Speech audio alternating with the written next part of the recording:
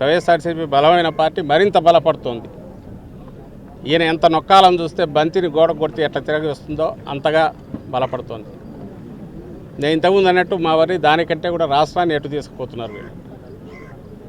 తాము ఈ చెప్పిన ప్రామిస్లు ఏది చేయలేక క్వశ్చన్ చేసే వాయిస్ ఎక్కడుంటే అక్కడ దాన్ని నొక్కడానికి, మిగిలిన వాడు ఎవడు గొంతు విప్పకుండా బెదరగొట్టడానికి టెర్రర్ క్రియేట్ చేశారు. ఈ టెర్రర్ను మరింత ప్రచారం చేసి ఎంటైర్ సమాజాన్ని దాన్ని భయపెట్టి అదుపులోకి తెచ్చుకోవడానికి ప్రచార సాధనాలన్నీ ఫుల్ ఉపయోగిస్తున్నారు. ఈ సందట్లో దోపిడీ భయంకరంగా సాగిస్తున్నారు. ఇది ఇప్పుడు జరుగుతున్న 1 year తర్వాత, ఈ పాలన తర్వాత. ఈరోజు కాకాని గోవర్ధన్ రెడ్డి గారు గట్టిగా గొంతు వినిపించే నాయకుడు. ఆయన మీద గురి పెట్టినప్పుడే అనుకున్నాం, ఆయన మాట్లాడుతున్నాడు అన్నప్పుడే ఈయన మీద గురి పెడతారని. సీనియర్ నాయకులు ఎవరుంటే వాళ్ళ మీద గురి పెడుతున్నారు. తద్వారా ఏ రకంగా అయినా సరే పార్టీని బలహీనం చేయాలి, ప్రతిపక్షం అనేది లేకుండా చేయాలని చూస్తున్నారు. అది అసాధ్యం. అందులో వైఎస్ఆర్సీపీ లాంటి పార్టీని, జగన్మోహన్ రెడ్డి గారి లాంటి నాయకుడు, అంత పట్టుదల కలిగిన పటిమ ఉన్న నాయకుడిని వాళ్ళు ఏం చేయలేరు. దానివల్ల ఏమవుతుందంటే పార్టీ మరింత బలపడుతుంది. థ్యాంక్స్ టు చంద్రబాబు నాయుడు గారు. ఎస్, 2 నెలలు అందరం పోవచ్చు. వాళ్ళు ఎవరి మీద, అందరి మీద కేసులు ఉన్నాయి, ఎప్పుడైనా పోవచ్చు. అంతకుమించి చేసుకోగలిగేది ఏం లేదు. కానీ తనకు రాజకీయంగా ఇంకా పూర్తిగా ఉనికి లేకుండా చేయాలని ప్రజలు ఇప్పటికే ఏడాది తిరగక ఉంది. ఇది కూడా ఏ చరిత్రలో ఏ పార్టీకి ఇంత బలంగా ఫలితాలు తెచ్చుకొని విజయం సాధించిన ఆ కూటమికి లేదా ఆ పార్టీకి ఇంత త్వరగా అయితే జనం ఆల్రెడీ దానికి పాడగట్టాలని డిసైడ్ చేసుకున్నారు. ఈ పాలనకు అనేది 1 year తర్వాతనే బయటికి రావడం అనేది బహుశా ఏ చరిత్రలో ఉన్నది ఇక్కడ జరుగుతుంది. దీని ఫలితాలు తెచ్చుకోకపోతే ఆ తర్వాత దాన్ని మళ్ళీ గాడిలోకి తీసుకురావడం అసాధ్యమనే విషయం ఆయన గుర్తించాలని ఆశిస్తున్నాం. గుర్తించకపోతే ఆయన కర్మ. వచ్చే కాలంలో ఎట్లుంటాయి ఫలితాలు అంటే ఇంకా భయంకరంగా ఉంటాయి. ఈ విషయం కూడా ఆల్రెడీ చెప్తూనే ఉన్నాం. ఎప్పటికైనా రియలైజేషన్ వస్తుందని రావాలని ఆ దేవుడిని కోరుకుంటున్నాం. Thank you sir. ముఖ్యంగా రాష్ట్రంలో మొత్తం రెడ్ బుక్ రాజ్యాంగం నడుస్తుంది, ప్రజాస్వామ్యంలో ఆ రాజ్యాంగం లేదని చెప్పి అందరూ అంటున్నారు. అదే క్రమంలో ఎన్ని జరుగుతున్నాయి అనుకోవచ్చా? నేను అదే అంటున్నా కదా, ప్రకటించినారు. అది కూడా ఏదో పాలన లేకొచ్చినాక చేయడం కదా. మళ్ళీ చెప్తున్నా, వైఎస్ఆర్సీపీ హయాంలో మీరు ఏ కేసులు అన్నా చూడండి, మా హయాంలో, జగన్మోహన్ రెడ్డి గారి హయాంలో ఖచ్చితంగా ఇంక్లూడింగ్ చంద్రబాబు నాయుడు గారిని అరెస్ట్ చేసిన. ఇట్లా చేయాలంటే ఆయన వచ్చిన 3 నెలలకు వేసి ఉండొచ్చు చంద్రబాబు నాయుడు గారిని, జగన్మోహన్ రెడ్డి గారు అనుకోండి. ఎందుకంటే కేసులు ఉన్నాయి. అయితే ఇన్వెస్టిగేషన్ జరగాలి, ఆధారాలు దొరకాలి, ఉండాలి. ఆధారాలు ఉన్నాయి. మేం కాదు, సెంట్రల్ గవర్నమెంట్ పెట్టిన కేసులు ఉన్నాయి. ఇన్కమ్ ట్యాక్స్ డిపార్ట్మెంటు, జిఎస్టీ వాళ్ళు పెట్టిన కేసులు ఉన్నాయి. అలాగే మిగిలిన అచ్చెన్నాయుడు మీద పెట్టిన, అంగోడు మీద పెట్టిన ఉంది రికార్డులో. వాళ్ళ సంతకాలు, వాళ్ళకు ఆ స్కామ్ జరిగిందంటే దాంట్లో ఇన్వాల్వ్మెంట్ ఉండడము ఉన్నాయి. ఇట్లా అయితే అసలు ఏమీ ఉండదు. ఏ కేసుకు సంబంధించిన ఆరోపణలు ఉండవు, తయారవుతుంది. లేదా 10 ఏళ్ల క్రితం ఏదో ఉంటుంది. ఆ 10 ఏళ్ల క్రితం ఎవడో ఎక్కడో ఏదో అన్నాడని తెచ్చి పోసాని కృష్ణమూర్తి లాంటి వాళ్ళు అది కూడా పెట్టారు సినిమా ఆర్టిస్ట్ మీద. ఈ పని ఎవరు మేము చేయలేమా? రేపొస్తే అధికారం లేకొస్తే. ఇప్పుడు అదేదో ఒక నటి ఆమె కేసు, పోలీస్ ఇన్వెస్టిగేషన్ అయిపోయి ఆ కేసు ఉండగానే ఆమె కంప్లైంట్ తీసుకొని ఇంకొక కేసు బుక్ చేసి ఆల్రెడీ ఒక ఐపీఎస్ అతను, రిటైర్డ్ అతను ఇదే అయిపోయాడు. ఇప్పుడు డీజీ స్థాయి అధికారి జైల్లో ఉన్నాడు. నిన్న బెయిల్ వచ్చింది ఆయన. అయితే గత ప్రభుత్వంలో ఫిర్యాదులు ఇచ్చిన కేసులే కదా సార్, అవన్నీ కూడా ఇప్పుడు తోడింది. గత ప్రభుత్వంలో ఫిర్యాదు వస్తే చేయొద్దనట్లా విచారణ దర్యాప్తు జరపాలా, తర్వాత ఇంట్రాగేట్ చేయొచ్చు, అన్నీ చేయొచ్చు. ఆధారాలు లేకుండా కన్ఫెషన్ అనే పేరుతో ఎవరో వచ్చి ఇదిగో నేను ఇట్లా అన్నాడు అనగానే ఎత్తి జైల్లో పడేయడం ఎట్లా, అది కరెక్ట్ అవుతుందా? అలాగే ఇంకొకటి కన్ఫెషన్కి సంతకాలు కూడా ఉండవు. ఎవరికి వాళ్ళే రాసుకుంటారు. అది ఎవరైనా రేపు చంద్రబాబు నాయుడు గారి డైరెక్షన్ మీద ఈ పని చేశానని రేపు కూడా వస్తే చంద్రబాబు నాయుడు గారిని చేయొచ్చా? ఈ క్వశ్చన్ అందరికీ అప్లై అవుతుంది. కాకాని గోవర్ధన్ రెడ్డి మీద పెట్టిన కేసు ఏ సెక్షన్లు, తర్వాత ఎట్లా సెక్షన్లు యాడ్ చేశారు తెలియదు. మళ్ళీ వచ్చే ఉన్నట్టుండి ఎస్సీ ఎస్టీ కేసు, లేదా ఎక్స్ప్లోజివ్స్ కేసు ముందు లేదు.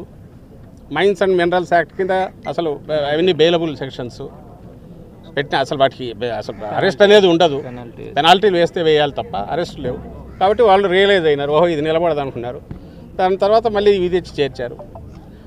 ఇది ఎవడైనా తిట్టాడని పెట్టచ్చు, పెట్టేసి ఇమీడియట్ దానికి సంబంధించి కేసు తయారు చేసి పెట్టచ్చు. మేజిస్ట్రేట్ దగ్గరికి పోతే మేజిస్ట్రేట్ 14 ఒకసారి పోయినాక ఇంకొక కేసు కరెక్ట్ పీటీ 13వ రోజు వంశీ విషయంలో గమనిస్తున్నాం.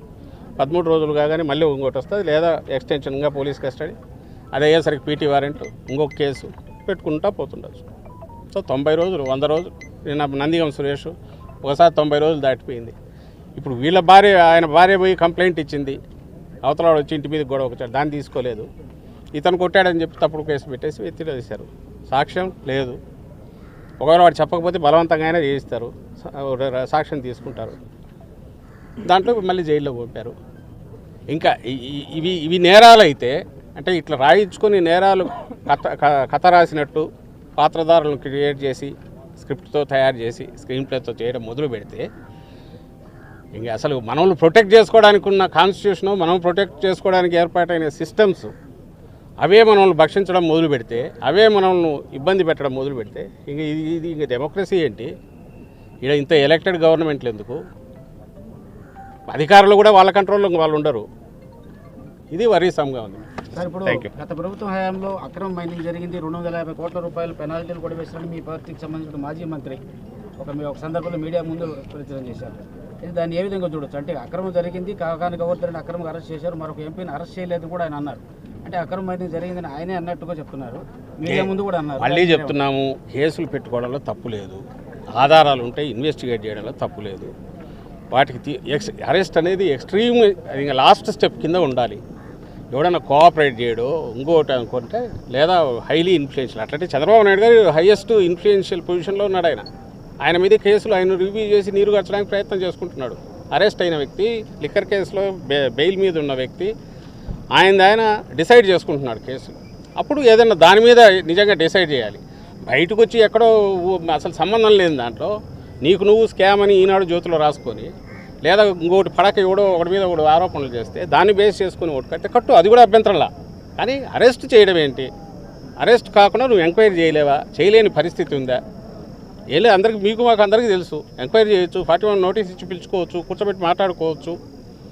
అండ్ సాక్షులు ఎవరంటే వాళ్ళతో పిలిపి ఇవన్నీ చేయొచ్చు కదా. ఇంట్రాగేషన్ చేసుకోవచ్చు, ఇన్వెస్టిగేషన్ చేసుకోవచ్చు. ఇది ఎక్స్ట్రీమ్ స్టెప్ ఏది ఉందో దీన్ని చేయడానికి క్వశ్చన్ చేస్తున్నాం. ఆ ఎక్స్ట్రీమ్ స్టెప్కు వెళ్ళడానికి ముందు తతంగం నడిపేది ఫార్స్, అది కనపడుతుంది కళ్ళ ముందు, దాన్ని క్వశ్చన్ చేస్తున్నాం. సోషల్ మీడియా కేసులన్నీ అలాంటివే. ఎవరో ఏదో చెప్పారు, వాడు ఎక్కడో ఏదో అన్నారని చెప్పి దాని మీద డైరెక్షన్ ఇచ్చి వరుస పెట్టి అందరినీ తీసుకొని వస్తున్నారు. ఇంకా వరుస పెట్టి 10 ఏళ్ల క్రితం దగ్గర నుంచి పోస్టులని తీస్తున్నారు. ఎవడు దాన్ని సోషల్ మీడియాలో అబ్యూజ్ చేయడము, అసహ్యంగా రాయడం ఎవడు భరించి, అందులో వైఎస్ఆర్సీపీ కానీ జగన్మోహన్ రెడ్డి గారు కానీ అలాంటి వాటిని ఎప్పుడు సపోర్ట్ చేయం. ఉంటే గిట్టి ఉంటే వాళ్ళకి ఆ కల్చర్ ఉంది. బట్ దానికి సంబంధించి కేసులు పెడితే దాని ప్రొవిజన్లు దానికి ఉన్నాయి. అలాంటి దాన్ని తీసుకొచ్చి కిడ్నాప్లు, సుపారీ కిల్లింగ్ల సెక్షన్ పెట్టి నువ్వు అరెస్ట్ చేస్తే దానికి అంతెక్కడుంది? దీన్ని మేము క్వశ్చన్ చేస్తున్నాం. ఇది తప్పు. ఆ తప్పు ఎక్కువ చేసే కొద్దీ సిస్టమ్ కొలాప్స్ అయితే అది అందరికీ చుట్టుకుంటుంది. అది ఈరోజు మాకు ఇదైంది, మొదలైంది, ఏం పర్లేదు, పోతే నెల 2 నెలలు వస్తాం. ఎందుకంటే పాలిటిక్స్లో ఉన్నాక ఈ మధ్య జగన్మోహన్ రెడ్డి గారు ప్రిపేర్డ్నెస్ అనేది ఉండక తప్పేట్లేదు, అరెస్ట్ అనేది తప్పేట్లేదు. బట్ దీన్ని రుచి మరిగినాక సిస్టమ్ ఇంకా తర్వాత నీ కంట్రోల్ ఎవరి కంట్రోల్ ఉండదు. దారుణ ప్రతి ఒక్కరికి తగులుకుంటాయి. అది సులభం.